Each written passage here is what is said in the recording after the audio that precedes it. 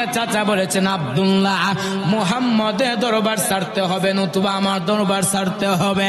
আমি বললাম, চাচা যান, আমি সব ছাড়তে পারি, কিন্তু মায়ার নবী দরবার ছাড়তে পারবো না। ও পয়গম্বর, এই কথা বলার পর আমি যখন বাড়ি থেকে চলে আসব, আমার চাচা বলেছেন, আব্দুল্লাহ, কাপড়গুলো দিয়ে দাও। উদ্দেশ্য হলো আমি উলঙ্গ হলে লজ্জাস্থায় ঘর থেকে বের হতে পারবো না। আমার মাকে বললাম, মা, আমাকে একটা কাপড়ের টুকরা দেন। ওই কাপড়ের টুকরা দেয়া যদি লজ্জাস্থানটা ডাইকা যদি নবীকে একটা নজর দেখতে পারে, জীবন আর কোনো আকাঙ্ক্ষা থাকবে না। ও পয়গম্বর, এই কথা বলার পর আমার আম্মা আমাকে একটা কাপড়ের টুকরা দিল। ওই কাপড়ের টুকরা দিয়া লজ্জাস্থানটা ডাইকা আপনার সামনে দাঁড়িয়েছে আপনাকে একটা নজর দেখার জন্য। নবী আমার ওই সাহাবীর কথা শোনার পর নবীজি চোখ দিয়ে টপ টপ করে পানি পড়া আরম্ভ হয়ে গেল। নবী বললেন, হ্যাঁ আব্দুল্লাহ, আমি তোমাকে 2টা কাপড় দিলাম। এরপর থেকে ওই সাহাবীকে আব্দুল্লাহ জুল বাকাতান বলা হয়। নবী বললেন, হে আব্দুল্লাহ, বল তোর মনে কোনো আকাঙ্ক্ষা আসেনি? আব্দুল্লাহ চোখের পানি ফেলা কান্না করে আর বলল, পয়গম্বর, ও গো আল্লাহর নবী, আমার এমন কোনো আকাঙ্ক্ষা নাই, তবে আপনি আমার জন্য দোয়া করেন, আল্লাহ যেন আমাকে শাহাদাতে মৃত্যু দান করে। নবী আমার ওই সাহাবীর জন্য যখন দোয়া করল, হঠাৎ করে একটা যুদ্ধ আসলো। আব্দুল্লাহ রাস্তার মধ্যে দুনিয়া চাইলে বিদায় হয়ে চলে গেলেন। নবী সাহাবা কিরামকে বললেন, আরে আমার সাহাবা কিরাম, আমার আব্দুল্লাহকে তোমরা সুন্দর করে গোসল করাও, আমি নিজে রাসূল আব্দুল্লাহর জানাজাটা পড়াইবা। নবী আমার আব্দুল্লাহকে সুন্দর করে জানাজা পড়ানোর পর সাহাবায়ে কেরাম আব্দুল্লাহর লাশটা নিয়ে যখন কবরের কাছে উপস্থিত হয়ে গেলেন, নবী সাহাবায়ে কেরামকে বললেন, এরে আমার সাহাবায়ে কেরাম, কেউ তোমরা কবরের মধ্যে প্রবেশ করবা না, আমি নিজে রাসূল কবরের মধ্যে প্রবেশ করব। নবী আমার কবরের মধ্যে প্রবেশ করার পর সাহাবায়ে কেরামকে বললেন, এরে আমার সাহাবায়ে কেরাম, আমার আব্দুল্লাহর লাশটা আমার হাতে দাও। নবীর হাতে আব্দুল্লাহ লাশটা দেওয়ার পর নবী আমার লাশটা আকাশে উঁচু কইরা বলতেছেন, ও মালিক, আমি আব্দুল্লাহ সন্তুষ্ট হইলাম, তুমিও তার উপর সন্তুষ্ট হয়ে যাও। মরণের চিঠি যখন আসবে আমার, কালেমার তালকিন দিও বারে বার, প্রাণ ভরে দেখিব চেহারা তোমায়, ডেকে নাও রোজা তোমায়। আল্লাহু আকবার, আরো জোরে বলেন, রাসূলুল্লাহ,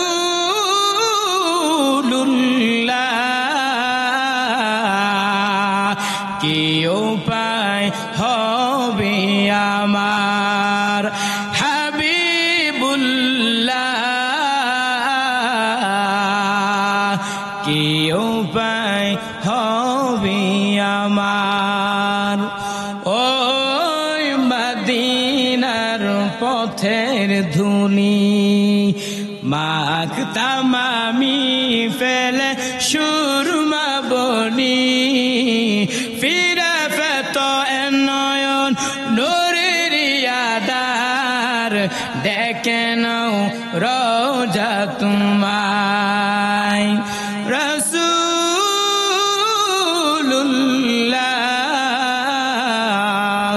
কি উপায় হবে আমার, হাবিবুল্লাহ,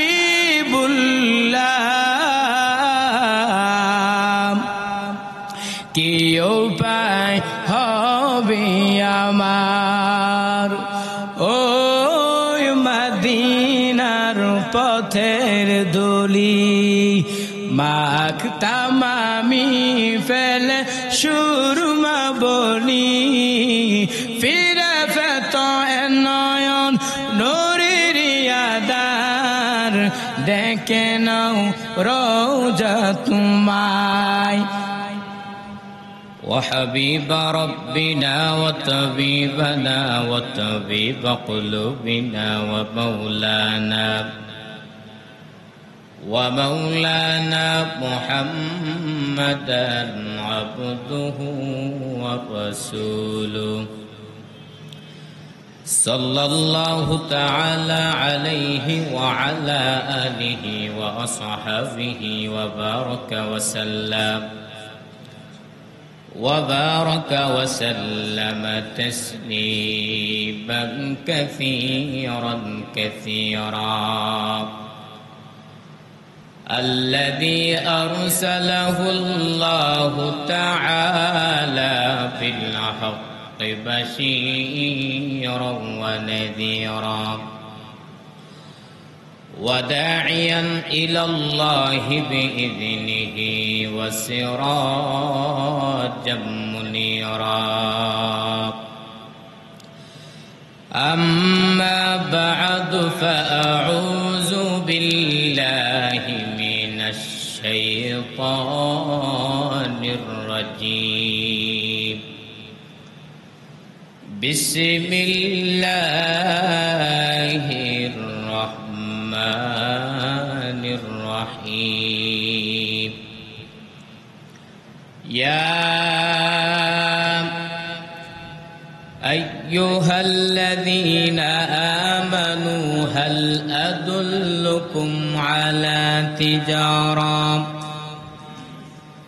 هل أدلكم على تجارة تنجيكم من عذاب أليم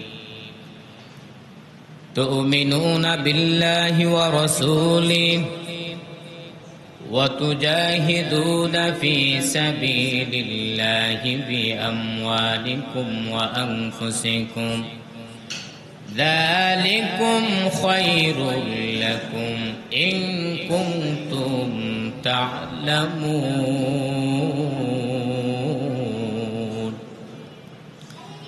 وقال رسول الله صلى الله عليه وآله وسلم الكيس من دان نفسه وعمل لما بعد الموت أو كما قال النبي عليه الصلاة والسلام صدق الله مولانا العظيم وصدق رسوله النبي الكريم ونحن على ذلك من الشاهدين والشاكرين والذاكرين والحمد لله رب العالمين مومن جو فدا نقش کفے پائے نبی ہو مومن جو فدا نقش کفے پائے نبی ہو زیر قدم آج بعالم کا خزینہ ہو زیر قدم آج بعالم کا خزینہ عاشق ہو بیرے درن شہنشاہ دو عالم عاشق ہو بیرے درن شہنشاہ دو عالم مشکو سے زیادہ مبارک جس کا سفینہ مشکو سے زیادہ مبارک جس کا سفینہ کر دل میں طرف ہو میرے آقا کا زیارت کر دل میں طرف ہو میرے آقا کا زیارت ایک آن میں آئی نبی دکھلا دے مدینہ ایک آن میں آئی نبی دکھلا دے مدینہ سبحانك لا علم لنا إلا ما علمتنا إنك أنت العليم الحكيم الحمد لله ইসলামবাগ সদর জামে মসজিদের উদ্যোগে ইস্তেহা মাহফিল মহতি মাহফিলে প্রধান অতিথি শাইখুল হাদিস আল্লামা হাসান জামিল হাফিজাহুল্লাহ, প্রধান অতিথি বিশেষ অতিথিবৃন্দ, জাতির মাতার মুকুট আরাসাতুল আম্বিয়া হযরত উলামায়ে কেরাম, দূর দূরান্ত থেকে আল্লাহ পাকের আশিকিন জাকিরিন শাকিরিন মুহিব্বিন মুরব্বিন আজম, আমার সমবয়সী কলিজার টুকরা যুবক বন্ধু হ্যাঁ স্নেহের ছোট ভাই, পর্দার অন্তরের শ্রদ্ধেয় সম্মানিত মা ও বোনেরা, দয়াম আল্লাহ রব্বুল আলামিনের অসংখ্য শুকর ও সুজুদ যে আল্লাহ রব্বুল আলামিন বড় মায়া করে আহসান করে অনুগ্রহ করে দিনের মাহফিলে কিছু কথা বলার শোনা তৌফিক দান করেছেন। এজন্য অন্তরস্থল থেকে কালিমাতুশ শুকর আদায় করি আলহামদুলিল্লাহ। ইমানের আওয়াজ উঁচু করে এক আওয়াজে আসমান জমিনকে মুখরিত করে ইমানের আওয়াজকে উঁচু করে উচ্চ কণ্ঠে কালিমাতুশ শুকর আদায় করি আলহামদুলিল্লাহ। লাখ কোটি দরুদ ও সালাম সাইয়্যিদুল মুরসালিন রাহমাতুল লিল আলামিন শাফিউল মুজনুবিন খাতামুন নবিয়্যিন সাইয়্যিদুস সাকালাইন ইমামুল মুরসালিন শাফি আযম রাসূল আকরাম রহমতে আলম জনাব হযরত মুহাম্মদুর রাসূলুল্লাহ সাল্লাল্লাহু আলাইহি সাল্লাম। আমি পবিত্র কোরআন কারীম থেকে দুইটা আয়াত এবং মহানবী শ্রেষ্ঠ নবী হায়াতুন নবীর জিন্দা নবীর অসংখ্য অগণিত অমীয় বাণিক একটি হাদিস পাঠ করেছি। এই আয়াত এবং হাদিসকে সামনে রেখে অল্প কিছুক্ষণ কথা বলবো। সর্বপ্রথম আমাকে তারপর আপনাদেরকে ইখলাসের উদ্দেশ্যে আমলে তৃষ্ণার তৌফিক দান করে সবাই বলেন আমিন। আলোচনা শুরু করার পূর্বে আয়াত এবং হাদিসের অর্থ জানতে হবে, ঠিক না? হ্যাঁ, 1.5 ঘন্টা 2 ঘন্টা বয়ান করলো, শুনলেন, কিন্তু খুতবার মধ্যে যে আয়াত এবং হাদিস পাঠ করে এই আয়াত এবং হাদিসের অর্থ যদি না জানেন আলোচনা বুঝবেন? কথা বলেন। এজন্য সর্বপ্রথম যে আলোচক বয়ান করবে, যেখানে বয়ান করবে, প্রথমে তার দায়িত্ব হচ্ছে কমপক্ষে খুতবার মধ্যে যে আয়াত পাঠ করবে সেই আয়াত এবং হাদিসের অর্থ বলে দেওয়া, ঠিক না? আল্লাহ বলেন, ইয়া আইয়ুহাল্লাযিনা আমানু, হে ঈমানওয়ালারা, হাল আদুল্লুকুম আলা তিজারা, আমি আল্লাহকে তোমাদেরকে এমন একটা ব্যবসার প্রতি ইশারা করব, তুনজিকুম মিন আযাবিন আলীম, যেই ব্যবসার মাধ্যমে তোমরা আমার আযাব থেকে মুক্তি পাইবা। সুবহানাল্লাহ। তো ব্যবসাগুলো কি? তুমিনুনা বিল্লাহি ওয়া রাসূলি, 1 নম্বরে আল্লাহকে বিশ্বাস করতে হবে, 2 নম্বর হচ্ছে ওয়া রাসূলিহি, তার রাসূলকে বিশ্বাস করতে হবে, ওয়া তুজাহিদুনা ফি সাবিলিল্লাহি বিআমওয়ালিকুম ওয়া আনফুসিকুম, এবং তোমরা আল্লাহর রাস্তায় জিহাদ করবা। তো জিহাদ কয়ভাবে করবা? সরাহাতান আয়াতের মধ্যে 2 ভাবে উল্লেখ আছে। কয়ভাবে? আরো জোরে বলেন। 1 নম্বর হচ্ছে নিজের জীবনকে রণাঙ্গনে বিলীন করার মাধ্যমে জিহাদ, আরেকটা হচ্ছে আপনার সম্পদ আছে, ওই সম্পদ দান সৎকার মাধ্যমে জিহাদ। যালিকুম খায়রুল লাকুম, ওইগুলোর মধ্যে কল্যাণ করেছে, ইন কুনতুম তা'লামুন, যদি তোমরা জানো। আয়াতের অর্থ বুঝতে কষ্ট হয়েছে? আরো জোরে বলেন। এবার হাদিসে কি বলে? আল কাইয়িসু মান দানা নাফসাহু ওয়া আমিলা লিমা বা'দাল মাউত, সৌভাগ্যবন্ত ব্যক্তি যে নাকি মৃত্যু হওয়ার পরে কি হবে ওই বিষয়ে চিন্তা ফিকির করে। তাহলে সৌভাগ্যবান কারা? যারা দুনিয়া নিয়ে চিন্তা ফিকির করে। হ্যাঁ হ্যাঁ, না, সৌভাগ্যবান তারাই যারা দুনিয়া থেকে বিদায় হওয়ার পর কি হবে, অর্থাৎ হাসর নাসর হবে, যারা চিন্তা ফিকির করে, তারা হচ্ছে সবচেয়ে বড় সৌভাগ্যবান। এই হচ্ছে 2টা আয়াত এবং নবীজির হাদিসের অর্থ। এবার আসেন, আল্লাহ দিনটাকে ব্যবসার সাথে সাদৃশ্য করলেন কেন? আল্লাহ তাআলা যদি ইচ্ছা করতেন অন্য কিছু পারতেন না? সেই ক্ষমতা আল্লাহর আছে। তারপরও দিনটাকে ব্যবসার সাথে সাদৃশ্য করলেন কেন? তার একমাত্র কারণ হচ্ছে দুনিয়ার ব্যবসার মাধ্যমে বান্দা জীবিকা আহরণ করতে পারে, আর আখিরাতের ব্যবসার মাধ্যমে বান্দা আল্লাহর আযাব থেকে মুক্তি পায়। এবার যেহেতু আপনারা পুরান ঢাকার মানুষ, আবার ইসলামবাগ, যেখানে ব্যবসায়ীদের মিলন মেলা, বিভিন্ন জায়গা থেকে, বিভিন্ন এলাকা থেকে, বিভিন্ন বিভাগ থেকে এসে এখানে ব্যবসা করে, আছে না? আছে। যেহেতু ব্যবসা আছে, এজন্য চাহিদার ক্ষেত্রে মানুষ দুনিয়ার পাগল একটু বেশি। কিসের পাগল? এটা নবীর কথা। নবী বলেন ইয়াহরুবু ইবনু আদম ওয়া ইয়াশিব্বু মিনহু ইসনাদুল হিরসু আলাল মাল ওয়াল হিরসু আলাল আমালি।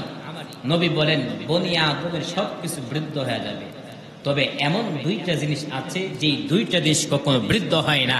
এক নাম্বার হচ্ছে হিরসু আলাল মাল, দুই নাম্বার হচ্ছে ওয়াল হিরসু আলাল উমরি। এক নাম্বার হচ্ছে সম্পদের প্রতি ভালোবাসা, আছে না? যত বৃদ্ধ হচ্ছে কিন্তু আল্লাহর বান্দার মনের ভিতরে শুধু সম্পদ আর সম্পদ, আছে না? দুই নাম্বার হচ্ছে ওয়াল হিরসু আলাল উমরি, বয়সের প্রতি ভালোবাসা, বয়সের প্রতি লোভী। আল্লাহর বান্দা দাড়ি সাদা হয়ে গেছে, ঠিক মতো হাঁটতে পারে না, কিন্তু তারপরও সে চায় যদি আল্লাহ আরো কিছু হায়াত বাড়ায় দিত, আছে না? এজন্য চাহিদার ক্ষেত্রে মানুষ দুনিয়ার পাগল। তবে আজকে আমি আপনাদের সম্মুখে এমন কিছু কথা বলবো, ওই মূলনীতিগুলো যদি আপনারা দুনিয়ার লাইনে প্রয়োগ করতে পারেন, দুনিয়ার ক্ষেত্রে আপনি সফলতা অর্জন হবে। পাশাপাশি ওই মূলনীতিগুলো যদি আপনি আখিরাতের লাইনে আপনি প্রয়োগ করতে পারেন, আপনার আখিরাতের জিন্দেগি আপনার সফল হয়ে যাবে। কিভাবে? এক নাম্বার আসেন, যে বান্দাই ঢাকা শহরের পুরান ঢাকায় ইসলামবাগে ব্যবসা করতে চায়, ওই ব্যক্তির তার সর্বপ্রথম তার দায়িত্ব হচ্ছে ব্যবসা সম্পর্কে তার জ্ঞান থাকতে হবে। কি থাকতে হবে? আরো জোরে বলেন, জ্ঞান থাকতে হবে। এই পুরান ঢাকায় ইসলামবাগে যদি কোনো ব্যক্তি ব্যবসা করতে আসে, মুন্সিগঞ্জ থেকে বলেন অথবা হবিগঞ্জ থেকে বলেন অথবা বাহির দেশ থেকে যদি আসে, সেখানে ব্যবসা করার ক্ষেত্রে যদি ওই ব্যবসার ক্ষেত্রে তার ব্যবসা সম্পর্কে তার যোগ্যতা না থাকে, ব্যবসার মধ্যে সফলতা আসবে? ঠিক তেমন ভাবে যেই বান্দা দিনের উপর চলতে চায়, ওই ব্যক্তিরও দিন সম্পর্কে তার জ্ঞান থাকতে হবে। উজুর ভঙ্গের কারণ কয়টা, অথবা নামাজ ভঙ্গের কারণ কয়টা, উজুর ফরজ কয়টা, কোন ব্যক্তি যদি ওই সমস্ত বিষয় না জানে, উজু করে উজু সঠিক হবে? নামাজ ভঙ্গের কারণ জানে না, নামাজ পড়ে, কিন্তু নামাজের এমন একটা কারণ তার মধ্যে পাওয়া গেছে যে কারণটার মাধ্যমে তার নামাজ ভঙ্গ হয়ে গেছে, ওই ব্যক্তি যদি ওই কারণটা না জানে, তার নামাজ হবে? এজন্য দুনিয়ার লাইনে ব্যবসা করতে চান, ব্যবসা সম্পর্কে আপনার জ্ঞান থাকতে হবে। ঠিক তেমন ভাবে আপনি দিনের উপর চলতে চান, দিন সম্পর্কে কি থাকতে হবে? আরো জোরে বলেন, সহজ স্পষ্ট হচ্ছে? দুই নাম্বার আসেন, এই ইসলামবাগের মধ্যে যারা ব্যবসা করতে চায়, ওই ব্যক্তি তার সর্বপ্রথম দ্বিতীয় নাম্বার দায়িত্ব হচ্ছে তার পুঁজি থাকতে হবে। কি থাকতে হবে? কোন ব্যক্তি যদি পুঁজি না থাকে, ব্যবসার মধ্যে নামে সফলতা আসবে? ঠিক তেমন ভাবে যেই বান্দা নামাজ পড়তেছে, যেই বান্দা রোজা রাখতেছে, যেই বান্দা হজ করতেছে, ওই ব্যক্তির আমলটা আল্লাহর কাছে কবুল হতে হলে তার ঈমান থাকতে হবে। কোন ব্যক্তির ঈমান যদি না থাকে, আমল করে কোনো লাভ হবে? আল্লাহ বলতেছেন ওয়াল্লাযিনা কাফারু আ'মালুহুম কাসারাবিন বিকিআতিন, যারা কাফের তাদের আমলনামা মরীচিকার মতো শূন্য হয়ে থাকবে। আগুনের আঙ্গার রাখা যেমন কষ্টকর হবে, এমন একটা দিন আসবে যেই দিন ঈমান বাঁচিয়ে রাখা এত কষ্টকর হবে, হবে না?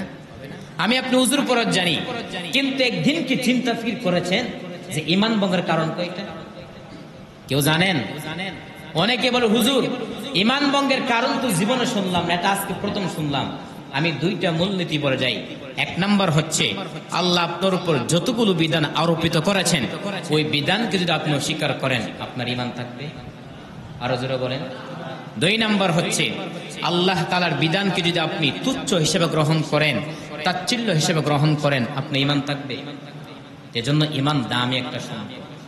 এই যে দুইটা মূলনীতি বললাম, এই দুইটা মূলনীতির উপর কখন আমল করা সম্ভব হবে?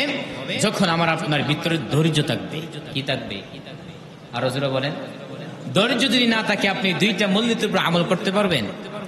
আর এই ধৈর্য দান করতে পারলেন, আল্লাহ তাআলা বলেন ওই ব্যক্তিদেরকে আমি আল্লাহ তাআলা বিনা হিসাবে জান্নাত দান করব। আল্লাহ তাআলা বলেন ইন্নামা ইউওয়াফাস সাবিরুনা আজরাহুম, ইন্নামা ইউওয়াফাস সাবিরুনা আজরাহুম আজরাহুম বিগাইরি হিসাব।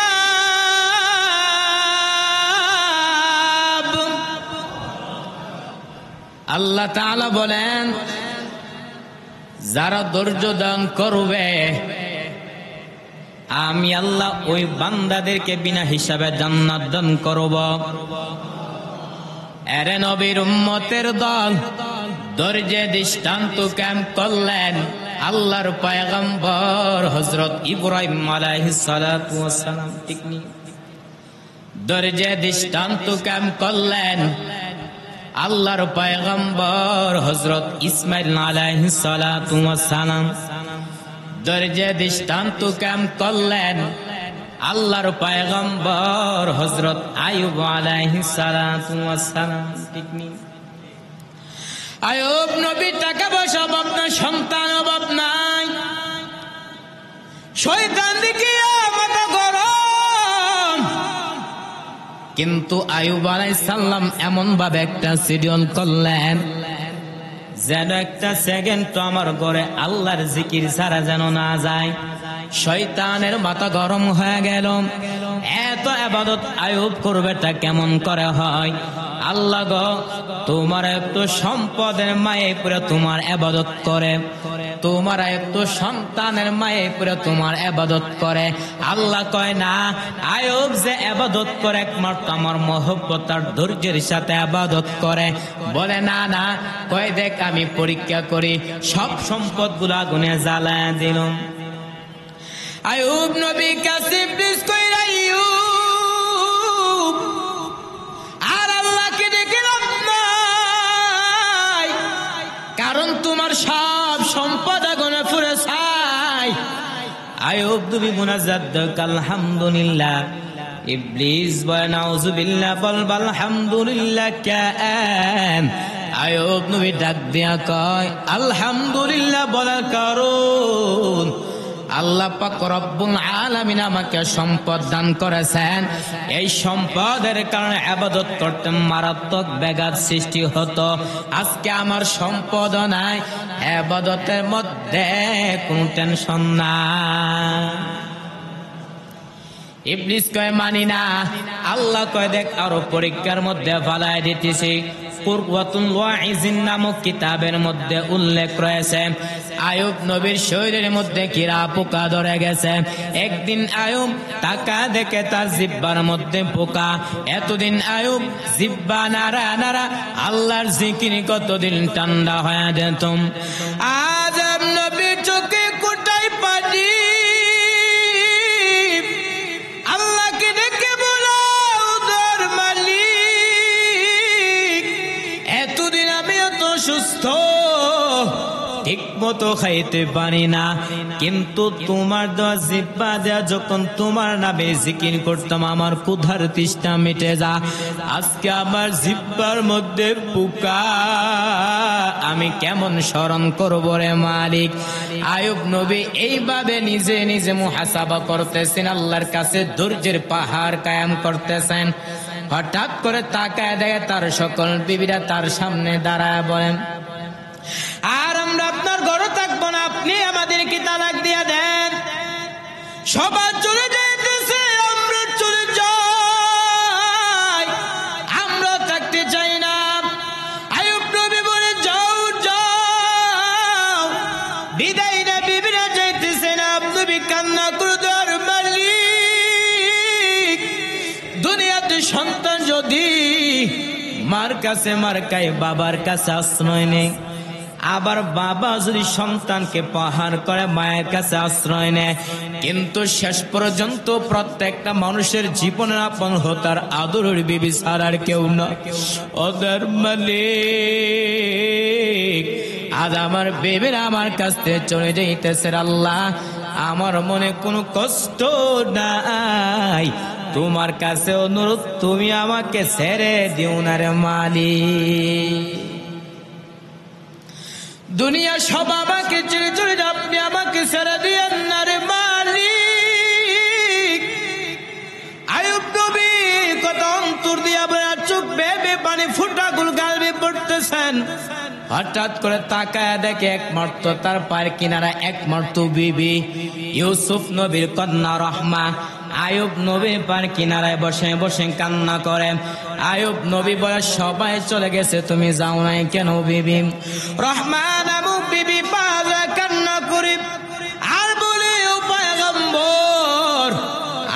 বাবা ইউসুফের কন্যা আমি, কিন্তু আমার তো এমন কোনো আমল নাই। ওই যে হাসরের মাঠটা কেমন একটা পরিস্থিতি হবে, সূর্যের গরমে সহ্য করা যায় না, তামার জমিনে গরমে দাঁড়ানো যায় না। মুসা নবী কাঁদবেন আর বলবেন আল্লাহ আমারে বাঁচাও। ঈসা নবী কাঁদবেন আর বলবেন আল্লাহ আমারে বাঁচাও। ইব্রাহিম নবী কাঁদবেন আর বলবেন আল্লাহ আমারে বাঁচাও। আম্মা জান আয়েশা বলবেন নবী, তখন আপনি কি করবেন? আপনি তো দু জাহানের নবী, মায়ার নবী বলবেন ও আয়েশা, আমি তখন মাকামে মাহমুদ আমার মালিকের দরবারে সেজদায় পড়িয়া যাব আর বলবো আল্লাহ আমার উম্মতের বাঁচাও, আমার উম্মত গুলো বাঁচাও, আমার একটা উম্মত যেন জাহান্নামে না যায়, আমার একটা উম্মত জাহান্নামে গেলে আমি মুহাম্মদ আপনা তোর জান্নাতে যাব না। আম্মা জান আয়েশা বলবেন নবী তখন কান্নার পরে কি হবে? নবী বলবেন আমার আল্লাহ আমাকে আদেশ করবেন নবী আপনি আর কাঁদবেন না, আপনার একটা উম্মতর জাহান্নামে দেওয়া হবে না, আপনি তাদেরকে দুনিয়া তাদেরকে জান্নাতের দিকে নিয়ে যান। আম্মা জান আয়েশা বলবেন নবী কোটি কোটি মানুষের মধ্যে আপনার উম্মতগুলো কেমনে বাছাই করবেন? মায়ার নবী বলবেন ও আয়েশা, আমার উম্মত যারা 5 বেলা উযু করিয়া 5 ওয়াক্ত নামাজ পড়েছে, ওদের উযুর অঙ্গগুলো কিয়ামতের ময়দানে নূরের আলোতে ঝলমল করতে থাকবে। আমি নবী ওদেরকে দুনিয়া তাদেরকে জান্নাতের দিকে নিয়ে যাব। রহমান আবু বিবি পার কান্না করে আর বড় পয়গম্বর আমার বাবা ইউসুফের কন্যা আমি, কিন্তু আমার তো এমন কোনো আমল নাই। ওই দিন যদি আমি রহিমাকে আল্লাহ কাঠগড়ার করাবো, রহিমা কি আমল নিয়ে এসেছো? আমি বলবো আল্লাহ আমার এমন কোনো আমল নাই, তবে আমি আপনার আদরের পয়গম্বর আইয়ুব নবীর স্ত্রী ছিলাম। আল্লাহ হয়তো মায়ার নজর দিয়া তাকাইয়া আমি রহিমাকে আল্লাহ মাফ করে দিতে পারে। এরে নবীর উম্মতের দল, তারা যেমন ভাবে ধৈর্য ধারণ করেছেন, যদি আমি আপনি ধৈর্য ধারণ করতে পারি তাহলে আমার আপনার পক্ষে সম্ভব। ওই যে 2টা মূলনীতি বললাম, 1 নম্বরে যেই বান্দা ব্যবসা করতে চায় ওই ব্যক্তির যেমন ভাবে জ্ঞান থাকতে হবে, ঠিক তেমন ভাবে যেই বান্দা নামাজ পড়তে চায়, যেই বান্দা রোজা রাখতে চায়, যেই বান্দা হজ করতে চায়, ওই ব্যক্তির ইবাদত করার ক্ষেত্রে তার ইলম লাগবে কিনা? হ্যাঁ, অবশ্যই ইলম লাগবে। 2 নম্বরে যে বান্দা ব্যবসা করতে চায় ওই ব্যক্তি যেমন ভাবে পুঁজি থাকতে হবে, ঠিক তেমন ভাবে যেই বান্দা নামাজ পড়তেছে, যেই বান্দা রোজা রাখতেছে, যেই বান্দা হজ করতেছে, ওই ব্যক্তির আমলটা আল্লাহর কাছে কবুল হতে হলে তার ঈমান লাগবে কিনা? আরো জোরে বলেন। এরে নবীর উম্মতে 3 নাম্বার হলো যেই বান্দা ব্যবসা করতে চায় ওই ব্যক্তির জন্য চেষ্টা লাগবে কিনা? হ্যাঁ, ঠিক তেমন ভাবে যেই বান্দা নামাজ পড়তে চায়, যেই বান্দা রোজা রাখতে চায়, যেই বান্দা হজ করতে চায়, ওই ব্যক্তি তেমন ভাবে তার চেষ্টা লাগতে হবে। এরে নবীর উম্মতের দল, যদি আমি আপনি চেষ্টা করতে পারি তাহলে আমাকে আপনাকে আল্লাহ রাস্তা দেখাবে কিনা? আরো জোরে বলেন। আল্লাহ বলেন ওয়াল্লাযীনা জাহাদু ফীনা লানাহদিয়ান্নাহুম সুবুলানা, ওয়াল্লাযীনা জাহাদু ফীনা লানাহদিয়ান্নাহুম সুবুলানা ওয়া ইন্নাল্লাহা লামা'আল মুহসিনিন।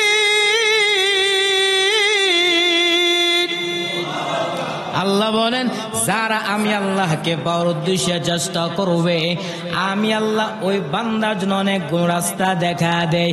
এরে নবীর উম্মতে দল চেষ্টা করেছেন ইমামে আজম আবু হানিফা, তারা আল্লাহ এবং তার রাসূলকে পাইছে কিনা? আরো জোরে বলেন। এরে নবীর উম্মতে দল চেষ্টা করেছেন ইমামে শাফি রহমতুল্লাহি আলাইহি, তারা আল্লাহ এবং তার রাসূলকে পেয়ে গেছেন। চেষ্টা করেছেন ইমামে মালিক রহমতুল্লাহি আলাইহি, তারা আল্লাহ এবং তার রাসূলকে পেয়েছেন কিনা? আরো জোরে বলেন।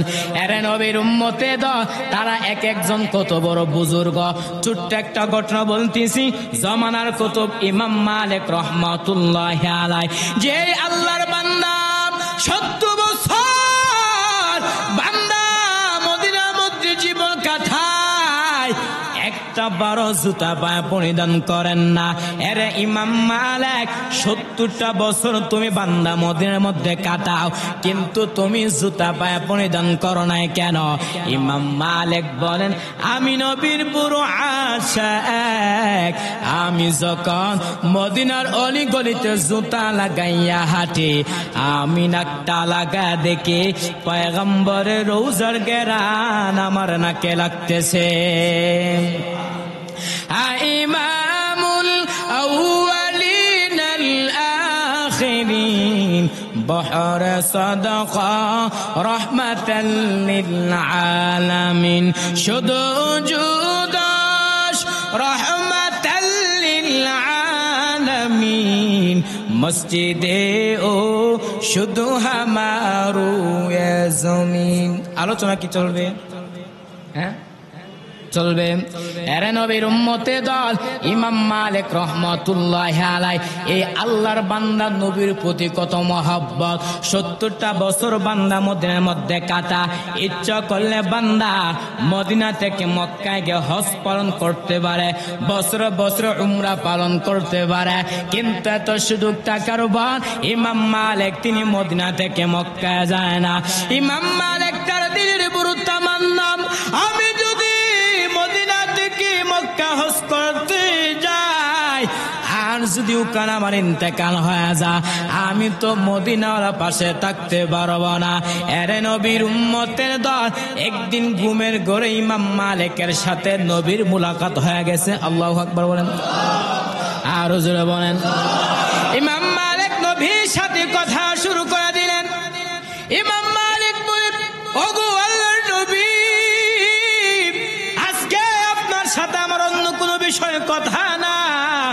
ও পয়গম্বর, আপনি আমাকে জানা দেন আমার হায়াতটা কত। নবী আমার ডান হাত উঁচু করে 5টা আঙ্গুল দেখাইছে, দেখানোর পরে ইমাম মালিকের ঘুম ভেঙে গেছে। ইমাম মালিক টেনশনের মধ্যে পড়ে গেলেন। নবী আমার এই ডান হাত আঙ্গুল দ্বারা কে বুঝাইছে? 5টা বছর নাকি 5টা দিন নাকি 5টা মাস? ইমাম মালিক টেনশনের মধ্যে পড়ে গেলেন। ইমাম মালিক তার খাদেমকে বললেন, এ খাদেম, জলদি করে আল্লামা ইবনে সিনার কাছে যাও, তার কাছে যাইয়া স্বপ্নের ব্যাখ্যা জানো, তবে আমার নাম ইমাম মালিক বলবা না। খাদেম দৌড়াইয়া আল্লামা ইবনে সিনাকে বলতে লাগলো, এক আল্লাহর বান্দার সাথে ঘুমের মধ্যে নবীর সাথে মোলাকাত হয়ে গেছে। ও আল্লাহর বান্দা, নবীকে প্রশ্ন করলেন, নবী, আমার হায়াত আল্লাহর একজন বান্দার সাথে ঘুমের মধ্যে নবীর সাথে মোলাকাত হয়ে গেছে। ওই আল্লাহর বান্দা নবীকে প্রশ্ন করলেন, নবী, আমার হায়াতটা কত? নবী আমার ডান হাত উঁচু করে 5টা আঙ্গুল দেখাইছে, অতএব আপনি ব্যাখ্যা করেন 5টা বছর নাকি 5টা দিন নাকি 5টা মাস? আল্লামা ইবনে সিরিন বলেন, যেই বান্দা স্বপ্ন দেখেছে তার নামটা বলতে হবে। খাদেম বলেন, নাম বলা যাবে না। আল্লামা ইবনে সিরিন বলেন, স্বপ্নের ব্যাখ্যা দেওয়া যাবে না। কারণটা হলো, যেই বান্দা স্বপ্ন দেখেছে তার অনুযায়ী স্বপ্নের ব্যাখ্যা দেওয়া হবে। এরে নবীর উম্মতে দল খাদেম দৌড়াইয়া ইমাম মালিকের কাছে গিয়া বলতে লাগলো, আসসালামু আলাইকুম শাইখ আমার, আপনার নাম না স্বপ্নের ব্যাখ্যা দিবে না। ইমাম মালিক তার খাদেমকে বললেন, হে খাদেম, জলদি করে আল্লামা ইবনে সিনার কাছে আমার নামটা বলে দাও, তারপর স্বপ্নের ব্যাখ্যা জানতে হবে। খাদেম দৌড়াইয়া আল্লামা ইবনে সিরিনকে বললেন, এই স্বপ্নটা ইমাম মালিক দেখেছেন। আল্লামা ইবনে সিরিন বলেন, আমিও মনে মনে ভেবেছিলাম যে স্বপ্নটা ইমাম মালিক ছাড়া অন্য কেউ দেখতে পারে না। এরে নবীর উম্মতে দল, আল্লামা ইবনে সিরিন বলেন, নবী আমার ডান হাত আঙ্গুল দ্বারা 5টা আঙ্গুল দ্বারা 5টা বিষয় বুঝাইছেন। 5টা বিষয় এমন আছে যেই 5টা বিষয় সম্পর্কে আল্লাহ ছাড়া দুনিয়াতে কেউ জানে না। 1 নম্বরে, একটা মানুষ আগামীকাল কি রুজি করবে, কি খাবে, কে জানে? আরো জোরে বলেন। 2 নম্বরে, একটা মানুষ কখন কোথায় মারা যাবে, কে জানেন? 3 নম্বরে, আগামীকাল বৃষ্টি হবে নাকি হবে না, কে জানেন? 4 নম্বরে, মায়ের গর্ভে সন্তানটা ছেলে হবে নাকি মেয়ে হবে, কে জানেন? 5 নম্বরে, আগাম কিয়ামত কখন সংঘটিত হবে, কে জানেন? আরে নবীর উম্মতে দল, এই স্বপ্নের ব্যাখ্যা জানার পর ইমাম মালিক তিনি মদিনা থেকে মক্কা যায় না। ইমাম মালিক তার দিনের বড় তামান্না, আমি যদি মদিনা থেকে মক্কা হজ করতে যাই, আর যদি ওখানে আমার ইন্তেকাল হয়ে যায়, আমি তো মদিনাওয়ালার পাশে থাকতে পারবো না। এরে নবীর উম্মতে দল, তারা যেমন ভাবে নবীকে মহব্বত করছে, নবীও কি তাদের প্রতি কি কোনো কম মহব্বত ছিল নাকি? আরো জোরে বলেন।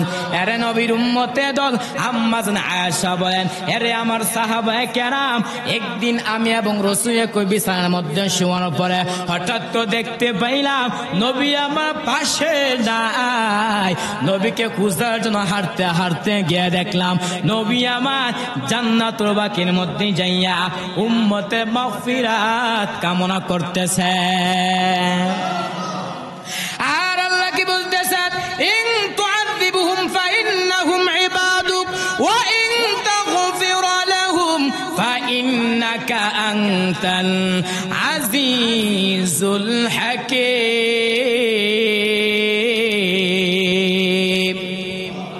আল্লাহ কাছে বলতেছেন, ও আল্লাহ, ইন তুআযিবহুম ফাইন্নাহুম ইবাদুক, ও আল্লাহ, যদি আপনি তাদেরকে শাস্তি দেন তারাই তো আপনার বড় বান্দা। ওয়া ইন তাগফির লাহুম, যদি আপনি তাদেরকে ক্ষমা করে দেন আপনি তো হচ্ছে পরাক্রমশালী। এরে নবীর উম্মতে দল, যেই নবী আমার উম্মতের জন্য আরামের ঘুমকে হারাম করিয়া জান্নাতুল বাকির মধ্যে যাইয়া উম্মতের মাগফিরাত কামনা করে, ওই নবীর সুপারিশ ছাড়া কি জান্নাতে যাওয়া সম্ভব হবে? আরো জোরে বলেন। ওগো নবীর উম্মতেরা হয়ে আজি দিশাহারা, কোরআন হাদিসের চলো যখন যাহা চাই মনে, নবী বিনে কে দরাবে ফুল সিরাত মিজানে, নবী বিনে কে দরাবে ফুল সিরাত মিজানে। এরে নবীর উম্মতে দল, যে নবী আমার তাদের প্রতি যত মহব্বত ছিল, তারা সাহাবায়ে কেরাম সহ ইমামগণ সহ তারা নবীকে মহব্বত করার ক্ষেত্রে কম প্রকাশ করছে নাকি? হ্যাঁ, কেমন তারা নবীকে মহব্বত করেছেন। এরে নবীর উম্মতে দল, তারা যেমন ভাবে চেষ্টা করেছেন, যদি আমি আপনি চেষ্টা করতে পারি তাহলে আমি এবং আল্লাহ এবং রাসূলকে পেয়ে যাইব। এরে নবীর উম্মতে দল, এই 3টা মূলনীতির উপর আলোচনা শেষ করব। আল্লাহ বলেন, ইয়া আইয়ুহাল্লাযীনা আমানু, হে ঈমানওয়ালারা, হাল আদুল্লুকুম আলা তিজারাত, আমি আল্লাহ কি তোমাদেরকে এমন একটা ব্যবসার প্রতি ইশারা করব যেই ব্যবসার মাধ্যমে তোমরা আমার আযাব থেকে মুক্তি পাইবা। এরে নবীর উম্মতে দল, আল্লাহর আযাবটা কেমন ভয়ঙ্কর শুনবেন তো। হ্যাঁ, আল্লাহর আযাব কঠিন ভয়ঙ্কর। এরে নবীর উম্মতে দল, এজন্য 3 নাম্বার মূলনীতি ছিল, যদি আমি আপনি দুনিয়ার লাইনে চেষ্টা করতে পারি তাহলে আমি আপনি দুনিয়া পেয়ে যাইব। ঠিক তেমন ভাবে যদি আমি আপনি আখিরাত পাওয়ার জন্য চেষ্টা করতে পারি, যদি আমি আপনি আল্লাহ এবং তার রাসূলকে পাওয়ার জন্য চেষ্টা করতে পারি, আল্লাহ এবং তার রাসূলকে পাইব কিনা? এরে নবীর উম্মতে দল, সাহাবায়ে কেরাম তারা নবীকে কত মহব্বত করেছে। ছোট্ট একটা ঘটনা শুনেন, নবী আমার সাহাবায়ে কেরাম তারা নবীর প্রতি কত মহব্বত ছিল। নবী আমার একদিন শীতের মধ্যে হুজরা শরীফ থেকে বের হয়েছেন, হঠাৎ করে দেখতেছেন একজন সাহাবী নবীজির কামরার সামনে দাঁড়াইয়া শীতের মধ্যে ধর ধর করে কাঁপতেছে। নবী বললেন, কে রে তুমি? এত শীতের মধ্যে তুমি দাঁড়িয়ে আছো কেন? ওই সাহাবী ডাক দাও, পয়গম্বর, ইসলাম গ্রহণ করার পূর্বে আমার নামটা ছিল আব্দুল উজ্জা। ও পয়গম্বর, ইসলাম গ্রহণ করার পর আমার নামটা রেখে দিয়েছিলেন আব্দুল্লাহ, আমি হলাম সেই আব্দুল্লাহ। নবী বললেন, আমার আব্দুল্লাহর বাপ চাচা তো ধনী, সকাল বেলা একটা কাপড় পরিধান করে, বিকাল আর একটা কাপড় পরিধান করে, কিন্তু এখন তো দেখা যাচ্ছে আমার আব্দুল্লাহর গায়ে একটা কাপড় নাই, শুধু একটা কাপড়ের টুকরা দেয়া লজ্জাস্থানটা ডাইকা এত শীতের মধ্যে দাঁড়িয়েছে, তার কারণটা কি? ওই সাহাবী ডাক দিয়া বলেন, ওগো রহমতের নবী, আমি কেন আপনার দরবারে আসা করি? আমার চাচা বলেছেন, আব্দুল্লাহ, মুহাম্মদের দরবার ছাড়তে হবে, নতুবা আমার দরবার ছাড়তে হবে। আমি বললাম, চাচা যান, আমি সব করতে পারি, কিন্তু মায়ার নবী দরবার ছাড়তে পারবো না। ও পয়গম্বর, এই কথা বলার পর আমি যখন বাড়ি থেকে চলে আসব, আমার চাচা বলেছেন, আব্দুল্লাহ, কাপড়গুলো দিয়ে দাও। উদ্দেশ্য হলো আমি উলঙ্গ হলে লজ্জাস্থায় ঘর থেকে বের হতে পারবো না। আমার মাকে বললাম, মা, আমাকে একটা কাপড়ের টুকরা দেন। ওই কাপড়ের টুকরা দেয়া যদি লজ্জাস্থানটা ডাইকা যদি নবীকে একটা নজর দেখতে পারে, জীবন আর কোনো আকাঙ্ক্ষা থাকবে না। ও পয়গম্বর, এই কথা বলার পর আমার আম্মা আমাকে একটা কাপড়ের টুকরা দিল। ওই কাপড়ের টুকরা দিয়া লজ্জাস্থানটা ডাইকা আপনার সামনে দাঁড়িয়েছে আপনাকে একটা নজর দেখার জন্য। নবী আমার ওই সাহাবীর কথা শোনার পর নবীজি চোখ দিয়ে টপ টপ করে পানি পড়া আরম্ভ হয়ে গেল।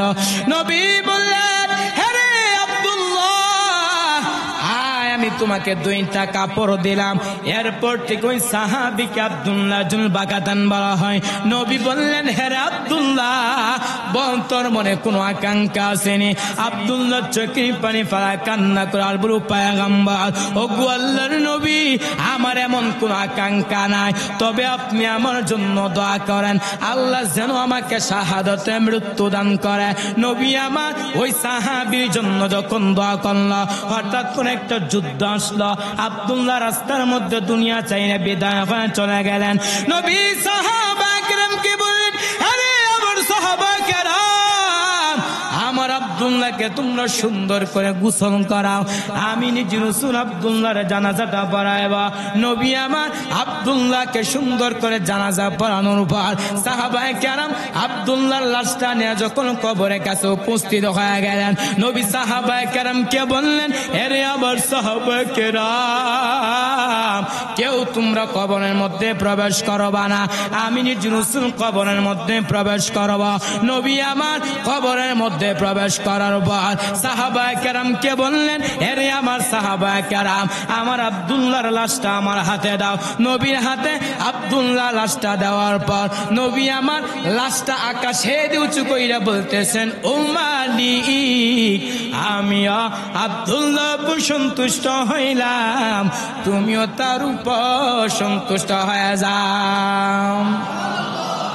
মরণের চিঠি যখন আসবে আমার, কালেমার তালকিন দিও বারে বার, প্রাণ ভরে দেখিব চাহারা তোমায়, দেখে নাও রোজা তোমায়।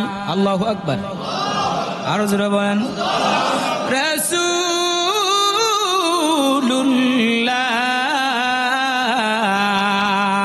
কি উপায় হবে আমার, হাবিবুল্লাহ, কি উপায় হবে আমার। ওই মদিনার পথের ধুলি মাখতাম আমি ফেলে সুরমা বনি, ফিরে পেত নয়ন নূরের ডেকে নাও রোজা তোমায় রাসূলুল্লাহ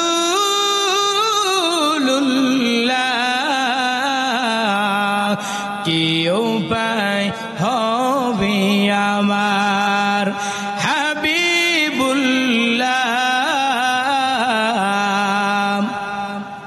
কি উপায় হবে আমার ওই মদিনার পথের দলি মাখতাম আমি ফেলে সুরমা বলি ফিরে ফেত নয়ন নুরির আদার ডেকে নাও রোজা তোমায়। আরে নবীর উম্মতে দল সাহাবায়ে কেরাম তারা নবীকে যত মহব্বত দেখাইছে, যদি আমি আপনি নবীকে মহব্বত দেখাইতে পারি, নবী আমার আপনার জন্য সুপারিশ করবে কিনা? আরো জোরে বলেন। আরে নবীর উম্মতে দল আল্লাহ তাআলা বলেন, ইয়া আইয়ুহাল্লাযীনা আমানু, হে ঈমানওয়ালারা, হাল আদুল্লুকুম আলা তিজারা, আমি আল্লাহকে তোমাদেরকে এমন একটা ব্যবসার প্রতি ইশারা করব, যেই ব্যবসার মাধ্যমে তোমরা আমার আযাব থেকে মুক্তি পাইবা। তো ব্যবসাটা কি? তুমিনুনা বিল্লাহি ওয়া রাসূলি, এক নম্বরে আল্লাহকে বিশ্বাস করবা, দুই নম্বরে কাকে?